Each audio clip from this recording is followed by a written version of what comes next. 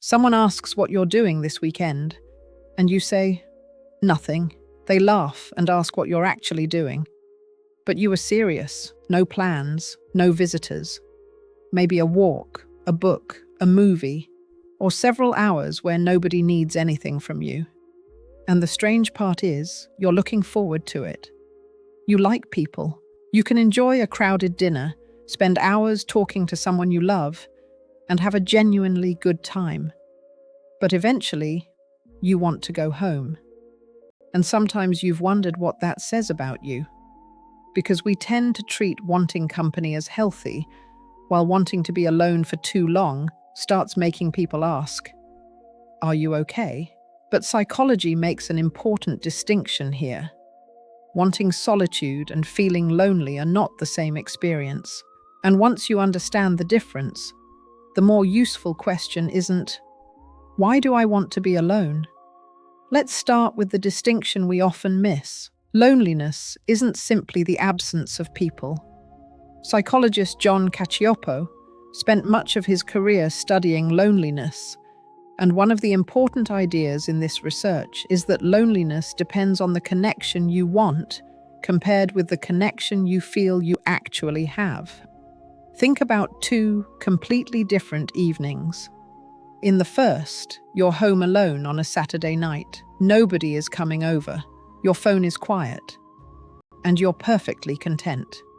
Maybe you've been around people all week, and this is the first time you've heard your own thoughts properly. Now imagine another evening. You're sitting at a table surrounded by people. Everyone is talking and laughing. But somehow you feel completely unseen. Technically, you are less alone in the second scene. Psychologically, you may be far lonelier. That's because loneliness is about missing the connection you want. Solitude doesn't necessarily contain that feeling at all. And this matters because we often judge someone's social well-being by something psychology doesn't actually use as the measure. How many friends do they have? How often do they go out? How much time do they spend alone? But none of those questions tell you how connected someone actually feels. You might have a few close relationships that genuinely satisfy you and still want large amounts of time to yourself. That isn't necessarily isolation, and it isn't automatically evidence that you're avoiding people.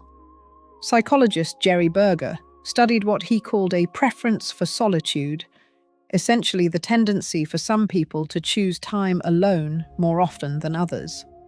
And importantly, preferring solitude isn't the same thing as lacking social skills or being afraid of people.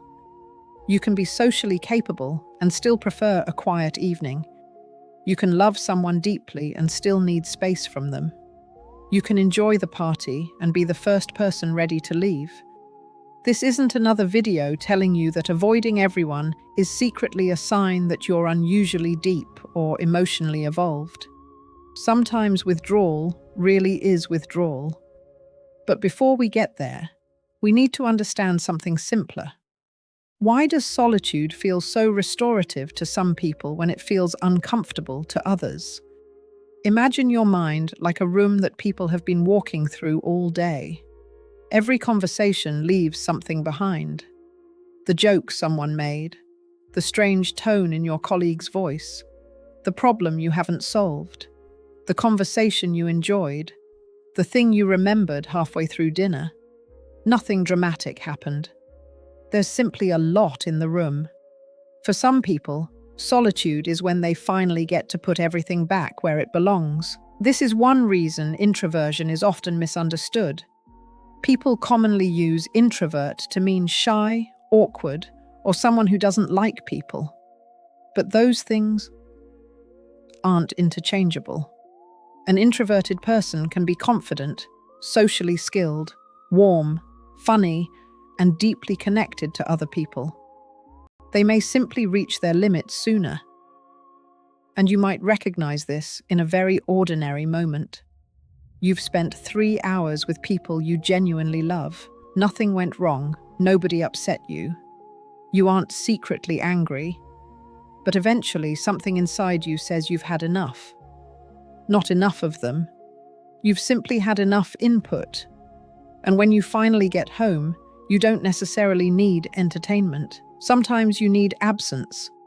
No conversation to follow, no facial expression to read, no response to formulate, and no one asking what you think. Just enough quiet for your attention to become your own again. There's another piece of psychology that helps explain why this can matter. Self-determination theory describes autonomy as one of our basic psychological needs.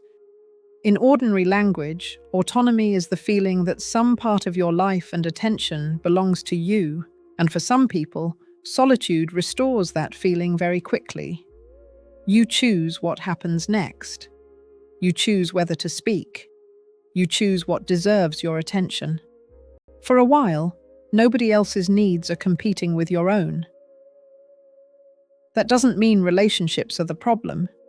The same psychological theory also recognizes connection with other people as something humans genuinely need. We need both. But the balance won't look identical for everyone. Some people restore themselves through more interaction. Others restore themselves by stepping away from interaction for a while. And this is where the question becomes more interesting. Because two people can both spend Saturday night alone. One is restoring themselves, the other is hiding. From the outside, they can look exactly the same. So how do you know which one you're doing? The most useful difference may be choice. Research on solitude has distinguished between time alone that is voluntarily chosen and isolation driven by fear, avoidance, or circumstances outside someone's control. The behavior can look identical. The experience underneath it isn't. Imagine someone invites you to dinner. You like the person. You know you'd probably enjoy yourself. But you've had a demanding week, and what you genuinely want tonight is quiet, so you say no. And afterward, you feel relieved. Not because you escaped the person, but because you gave yourself something you needed. Now take the same invitation. You want to go. Part of you wishes you could just get dressed and leave the house. But you start imagining the awkward moments. What if nobody really wants you there? What if you don't know what to say? What if you feel out of place? So you stay home. And afterward, the quiet doesn't feel restorative. It feels smaller.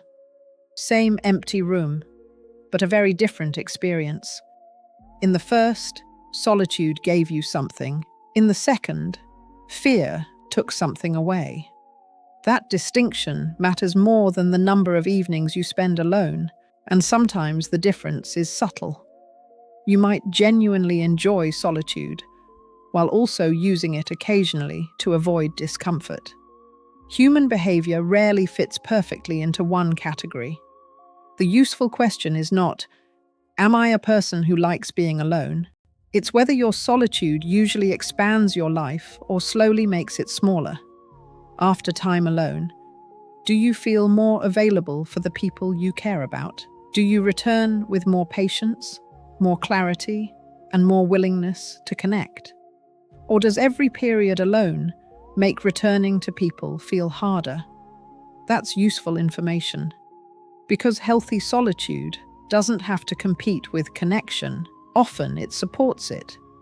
You step away, reset, and come back. Withdrawal can work differently.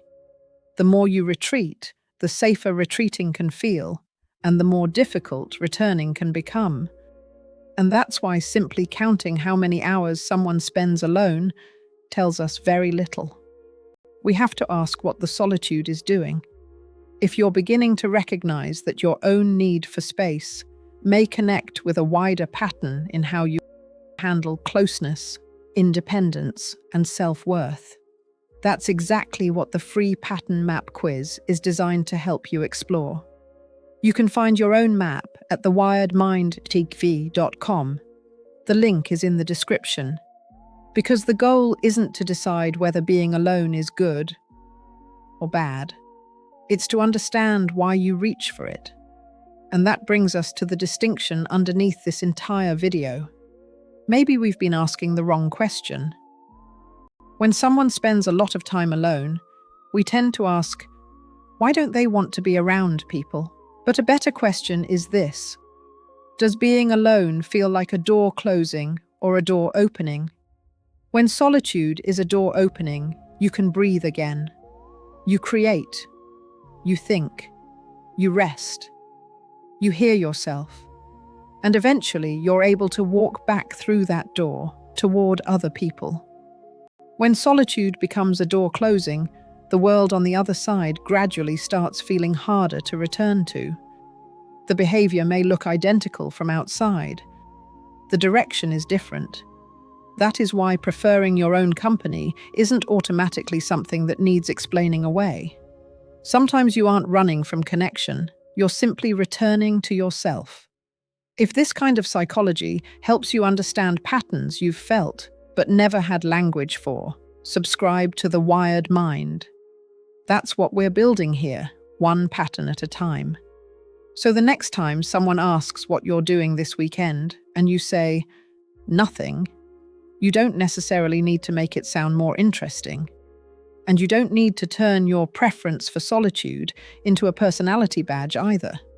Just notice what happens there. When the room becomes quiet and nobody needs anything from you, do you feel yourself opening back up?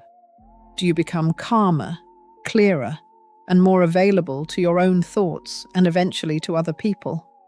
If so, your time alone may be doing exactly what you need it to do. The goal isn't to need anyone. Humans need connection. It's to understand that connection and solitude are not enemies. Sometimes the healthiest way to return to other people is to spend enough time away from them to return as yourself. And there's another interesting pattern that can grow from that ability to be comfortable in your own company. Some people don't need constant attention, reassurance, or an audience to feel steady. We often mistake that quietness for a lack of confidence. But psychologically, it can be something very different. That's what we're looking at next in 7 Habits of People with Quiet Confidence. Therefore, subscribe.